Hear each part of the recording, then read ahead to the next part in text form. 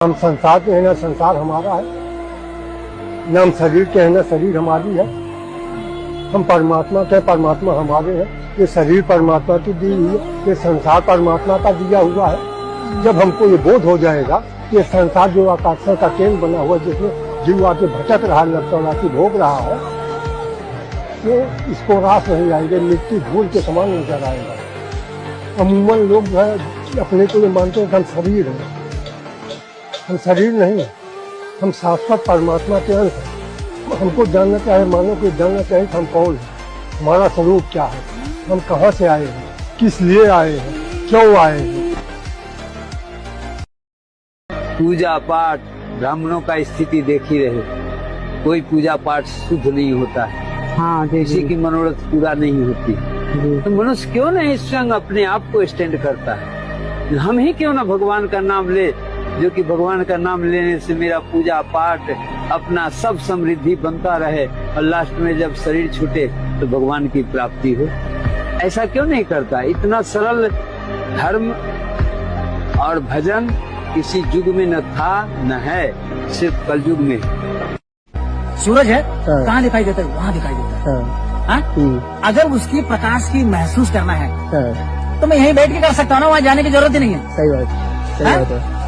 वहाँ जाने की जरूरत ही नहीं है, तो मैं यहीं बैठ के कर सकता हूँ। वैसे ही साक्षी भाव में बैठ के उस परमात्मा का अगर अनुभूति कर दिया, उसके लिए और कुछ नहीं इस दुनिया में, बस ये बाकी तो साकार रूप में हम संसार में पूजा पाठ नाना प्रकार के क्रिया ये साकार है। साकार से निराकार की ओर बढ़ना होता है, यही मोक्ष है।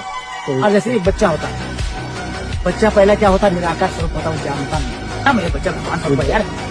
वो जब बच्चा बड़ा हो जाता है वो साकार बन जाता है, और फिर वो बड़ा होने के बाद फिर उनको निराकार की ओर बढ़ना होता है। बुढ़ापा, अगर तुम्हारे सामने कोई बूढ़ा आदमी तुमको जरूरत पड़ा तो क्या बोले, तो मुझे छोड़ा यार, गुजर गए हमारे पास बोलते ना, वो कौन है, भगवान के। संसार में प्रकृति के नियमानुसार किसी को काला, किसी को गोरा, किसी को सुंदर, किसी को कुरूप, किसी को स्वस्थ, किसी को कोढ़ का मारा हुआ शरीर मिलता है। इसे प्रभु की लीला समझकर किसी कुरूप व्यक्ति को देखकर उसका परिहास कभी नहीं करना चाहिए।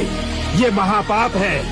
प्राणी सुंदरता और कुरूपता की पहचान उसके विचारों और कर्मों से होती है, शरीर के रंग रूप से नहीं। अपनी सुंदरता के अभिमान में कुरूप को कुरूप, लंगड़े को लंगड़ा, जात किसी काने को काना कहकर उसकी हंसी उड़ाने से उसकी आत्मा को जो पीड़ा होती है, उसके अंतर में जो वेदना होती है, वो महापाप है। और उस पाप का दंड बड़ा भयंकर होता है। कोई भी कर्म यदि फल के लिए किया जाता है तो बंधन है, अधूरापन है, अज्ञानी हो। भगवान ने कहा फल के लिए कर्म न करो, फल के हेतु न बनो और आलसी भी मत बनो। माँ कर्म फल हेतु भू माते संगोत्सु अकर्मणि। थोड़ा भी जो गीता जानते होंगे, थोड़ी संस्कृत, ना संग अकर्मणि। अकर्म में अर्थात आलस्य को या कर्म त्याग के प्रति प्रियता न हो। कर्म छोड़ना प्रिय नहीं लगना चाहिए और फल के लिए कर्म का जन्म नहीं होना चाहिए। ये सबसे सुना है कि भगवान सब में रहते हैं, पर देखो मैं व्यास गद्दी से बोलता हूं, हम ये सुनते थे कि भगवान सब में रहते हैं, लेकिन भगवान सब में रहने का अर्थ कभी ठीक से नहीं समझा, अर्थ ही नहीं समझा। दिखाई पड़ना तो बात की बात है। हम ऐसा समझते थे कि भगवान हम सब में रहते हैं, हम उनके आधार होंगे, हम अधिष्ठान होंगे, हम में भगवान रहते हैं, हम आधार हैं, हम में रहते हैं। पर अब हमारी समझ में आया कि सब भगवान में रहते हैं।